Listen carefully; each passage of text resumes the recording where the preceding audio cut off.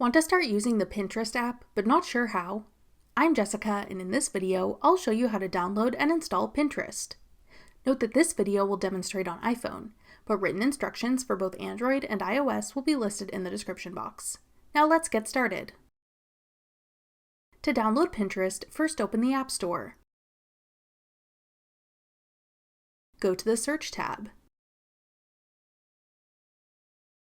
Then type in Pinterest in the search bar. Tap Pinterest when it appears in the search results. Then tap Get. If prompted, use Face ID or enter your password to confirm that you want to download the app. Wait for the installation to complete. Then tap Open to start using the Pinterest app. That's all it takes to download Pinterest.